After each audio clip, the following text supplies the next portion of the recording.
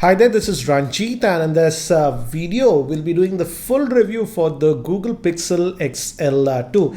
And I took my time with this device. I have been testing this device now for almost over a month. And yes, I'll also talk about my experience, how I feel this device is, the pricing, the screen issues and stuff.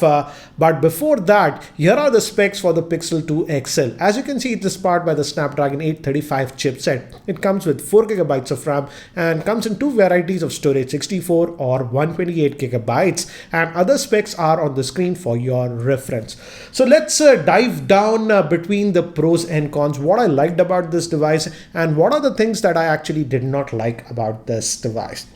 And I've used a lot of smartphones, premium smartphones lately, the Galaxy Note 8, the iPhone 10 and others. So I'll also compare a little bit with them also. And the first thing that I really liked about this device is, though it's a flagship device, having that 6-inch screen, then also it does not feel heavy. This was a problem with the Galaxy Note 8 and even the iPhone 10. Don't get me wrong, it just feels a little bit more dense, whereas this is actually the lightest in terms of premium smartphones, and that can be a good thing if you talk a lot on the phone. I was taking calls over half an hour and I did not feel my hand was fatigued when I was using this device. And in terms of build quality, though back, as you can see, it does not look, it's metallic. Actually, it is metallic. It had as an aluminum frame, but they have a coating on this which gives it a plasticky feel, and I feel this is a good thing. In fact, it gives a very good grip to the device. And second thing, what I liked about this device is that it is having a proper dual front firing speakers, and the audio output that I was getting from this one was actually really good. For example, when you listen to music or when you're watching, in fact, YouTube videos, it gives you a very immersive experience. So it is the audio experience was actually very good. I'll talk about one of the cons. They have omitted the headphone jack. I'll talk about that in the cons. And now moving to cellular call quality, I did not have any problems with the cellular call quality on this phone. I used this phone with my primary SIM, that is Airtel 4G, and I did not have any problem. Sadly, this is not a dual SIM device. Now moving to the Android experience. Out of the box, this comes with Android Oreo, that's the latest one. And as this is a Pixel smartphone, the updates are handled directly by Google, so you don't have to worry. And I have to say, this is the best Android experience that you can get. It is very fast and fluid. I did not notice any lag whatsoever. Even RAM management, though this one is just having 4 gigabytes of RAM. Many of the new smartphones are having 6 or even 8 gigabytes of RAM. But even with 4 gigabytes of RAM, the RAM management has been done very well, and did not notice any issues of lagginess on this device. In fact, I have to say, this is one of the most fluid device that I have used. In fact, I've also used the iPhone 10, and I have to say, in terms of fluidity, it's even more fluid compared to the iPhone 10. So no issues regarding RAM management, and it's actually a joy to use this device. That is one of the reasons I come back to the Pixel devices. Very fluid experience, up-to-date Android that you are getting. Also, I feel this will fall into the gimmicky part. I personally don't use it. You might use it. They also have this squeeze function. If you squeeze the phone like this, I made it you can change the setting. It launches the Google Assistant. So this is another way to launch the Google Assistant. Personally, I did not use this feature, but yeah, that feature is there. So you might be able to use it. Luckily, you can customize it, because with the default setting, I was accidentally, when I was picking up the phone from the pocket, it was activating. Now I've set it to hard. So you have to really squeeze to get this. Also, this works while you're getting a call. You can just squeeze to silence it. So yeah, that functionality is there. But to be very frank, over the last month, I hardly used that functionality. I just say the OK Google keyword and other things to activate it. And you can always just tap on this and the Google Assistant just comes up.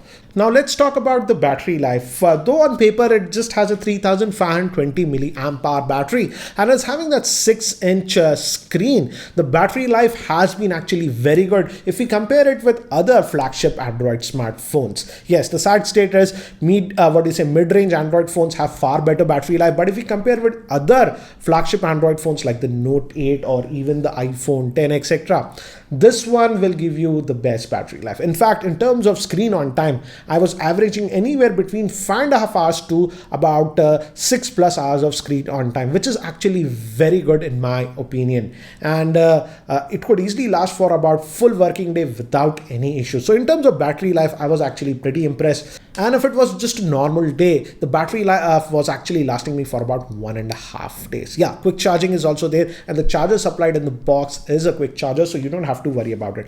Now, moving to gaming performance, I did play quite a few games with it, and also some heavy games like the Asphalt Extreme. And as you can see, the gaming performance was actually very good. I did not face any issues like lag with Asphalt Extreme and other games that I played. And I also like the fact that as this one has that stereo speaker, while you were gaming, it gives you a very immersive experience. I also played Asphalt 8 with this, and yes, it lagged a little bit here and there if I was nitpicking. But again, Asphalt 8, I've noticed that it is not very well optimized on Android phones, and it lags with quite a few high-end phones. So gaming performance would be actually really good. And I also like the fact that even after extended gaming, yes, the handset tends to get a little bit warm here, but it was not getting very hot. Now, moving to the fingerprint scanner, I feel the fingerprint scanner position is very well. You can easily reach the same, and the fingerprint scanner is actually a very responsive one. So you don't have to worry about the fingerprint scanner performance on this smartphone. It's been done very well. Now, moving to the camera, I feel this is one thing that Google has done brilliantly. It just has a single rear facing camera. As you can see, it does not have that fancy dual camera setup like many other smartphones are doing. But even with just a single camera, I have to say the camera performance is outstanding. And even with just a single camera, they are able to provide features like the portrait mode, not only with the rear facing camera, but even with the front facing camera. And I have tested its camera with the iPhone 10, and I have to say, if I have to pick a smartphone just based on the camera, the Pixel 2 XL has the best camera as of now. Yes, sadly it does not have the telephoto lens, but even without that, you get effects like bokeh mode, and even that portrait mode works with the front facing camera. And also the front facing camera performance was actually very good.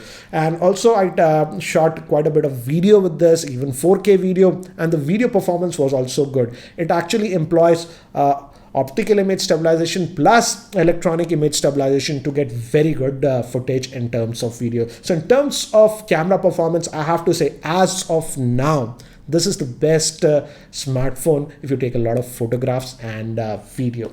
Now let's move to some of the things that I did not like with this device. And it's been over a month now, and I still do not like the position of the power button and the volume rocker. They are actually very close to each other, and you accidentally have, even now I touch it. And also I feel the power button's location is actually a little bit on the top. So I have to actually adjust my grip often to reach to that. So I don't like that. So yeah, still after a month, I feel this was not a very good position. The power button should have been a little bit lower, and the volume rocker should have been moved to this side. But you might get used to it. But I still don't like that position. In terms of tactile feel, no problems, but the position, as I've told you, I don't like that. Now, moving to the biggest problem with this device is the screen. They have opted for this POLED screen, and this is made by LG. And let's just get it straight. This is not the best screen that you can get. For example, the Note 8 or even the iPhone 10 have a better OLED screen. If you tilt the phone to extreme angles, and this does not happen every time, but mostly if you're using a white background, a lot of text, you'll notice if you tilt the phone, you get that blue tint issue. And that can be a little bit annoying.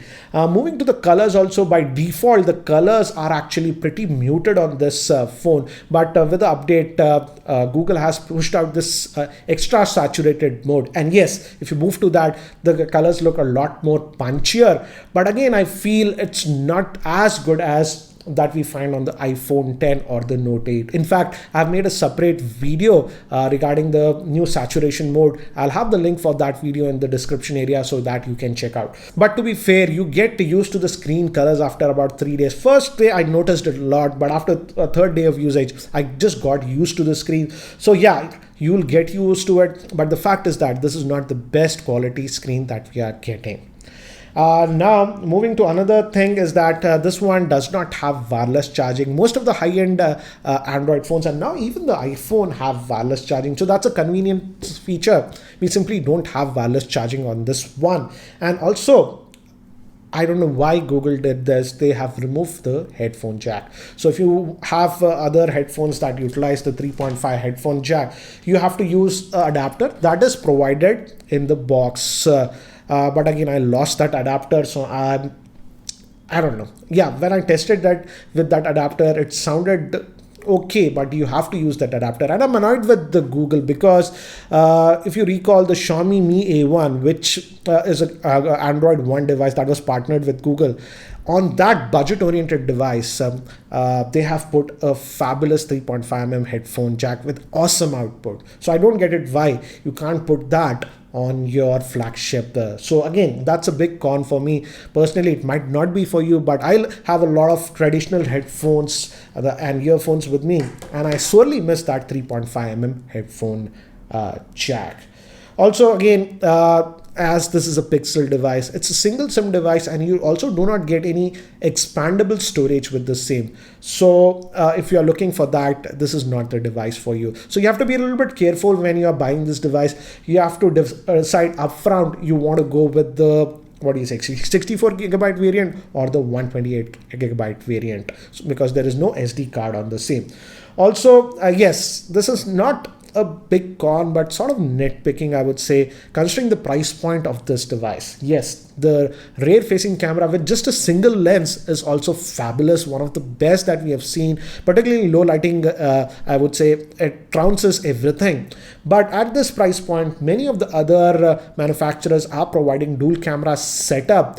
And I miss that telephoto lens. That telephoto lens that we have on the iPhone 10 and others can be sort of helpful if you are taking shots that are very distance. Yes, you can digitally zoom, but you have a quality loss. At this price point, Google should have provided the 2x zoom. And lastly, it's the pricing. This one is again priced really high in India. I think so. The base variant of the Pixel 2 XL is about 72 or 73,000, and certainly it's a very expensive smartphone. And in fact, it's even more expensive than the Note 8. So again, I would say if this is an excellent device, it's the most fluid Android device that I've used. In fact, I would say this is the most fluid smartphone that I've used till date. And again, updates are controlled by Google, so you don't have to worry about it. Most fluid device, and also as it's a Pixel device, Google is offering unlimited storage for your photos and videos, and it has the best camera. But still, that screen is something